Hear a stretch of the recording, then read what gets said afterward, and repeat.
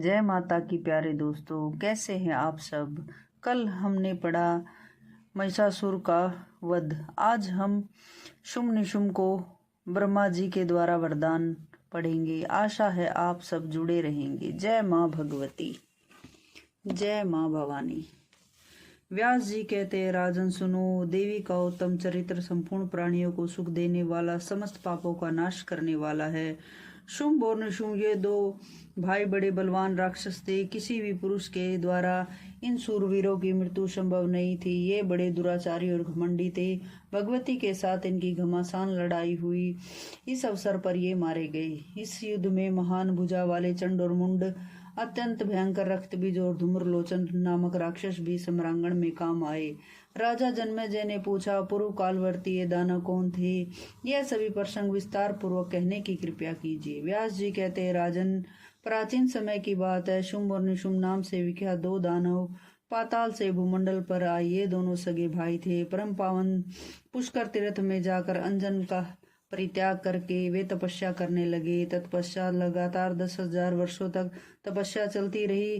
अंत में लोक पितामह ब्रह्मा जी हंस पर सवार होकर वहां आ पधारे। व्यास जी कहते हैं, दीन होकर गदगद वाणी में वे ब्रह्मा जी से मधुर वचन कहने लगे। देव दया सिंधु ब्रह्मान, यदि आप हम पर प्रसन्न है तो हमें मर बनाने की कृपा कीजिए।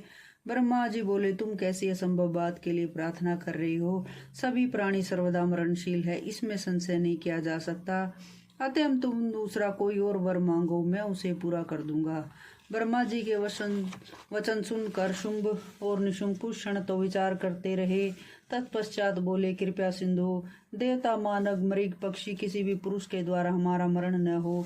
स्त्री से हमें कोई डर नहीं है, क्योंकि वह तो स्वाभाविक ही अबला होती है। व्यास जी कहते हैं, शुंभ और निशुंभ की बात सुनकर ब्रह्मा जी ने अभिलाषित वर देकर प्रसन्नता पूर्वक अपने स्थान पर पधार गए। ब्रह्मा जी के ब्रह्मलोक चले जाने के पश्चात शुंभ और निशुंभ भी अपने घर लौट आए। घर पहुंचकर उन्होंने शुक्राचार्य को पुरोहित बनाया। शुंभ बड़ा भाई था, देवराज गद्दी पर बैठने का अधिकार उसे प्राप्त हुआ। चंड और मुंड ये दोनों भाई बड़े महान पराक्रमी बलशाली वीर थे। ये अपनी सेना के साथ शुंभ की सेवा में आ पहुंचे। धूम्रलोचन नामक राक्षस था, वह भी अपनी सेना सहित आ पहुंचा। इसी प्रकार शूरवीर रक्तबीज भी आ गया।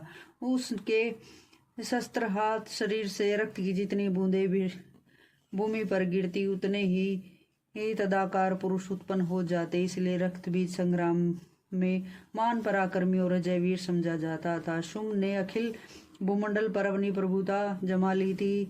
तदनंतर शत्रु पक्ष की सेना को कुचल डालने वाले निशुंभ ने अपनी सेना सजाकर इंद्र को परास्त करने के लिए स्वर्ग पर चढ़ाई कर दी। इस प्रयास से संपूर्ण देवता लोकपाल इंद्र पर पराजित होकर भाग चले।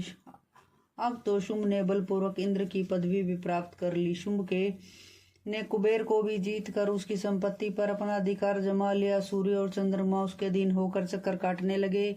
यमराज को भी हराकर उसने वह पद अपना अधिकार में कर लिया।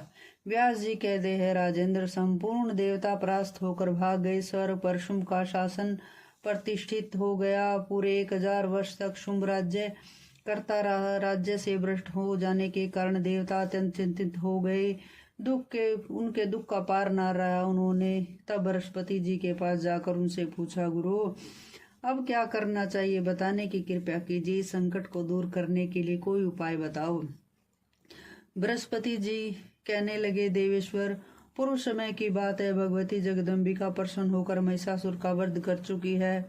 तुम्हारे स्तुति करने पर उन्होंने वरदान दिया था, प्रधान देवताओं, तुम्हें मुझे सदा याद करते रहना चाहिए। जब जब तुम पर आपत्तियां आवे तब तब मुझे स्मरण करना, मैं तुम्हारे संकट दूर कर दूंगी। अतः तुम लोग अत्यंत मनोहर हिमालय पर्वत पर जाकर प्रेम पूर्वक भगवती चंडिका की आराधना करने में तत्पर हो जाओ। व्यास जी कहते हैं, इस प्रकार समस्त देवताओं के स्तुति करने पर भगवती जगदम्बिका करुणा से ओतप्रोत होकर तुरंत प्रकट हो गई। बोलो भगवती मैया की जय, महाकाली मैया की जय।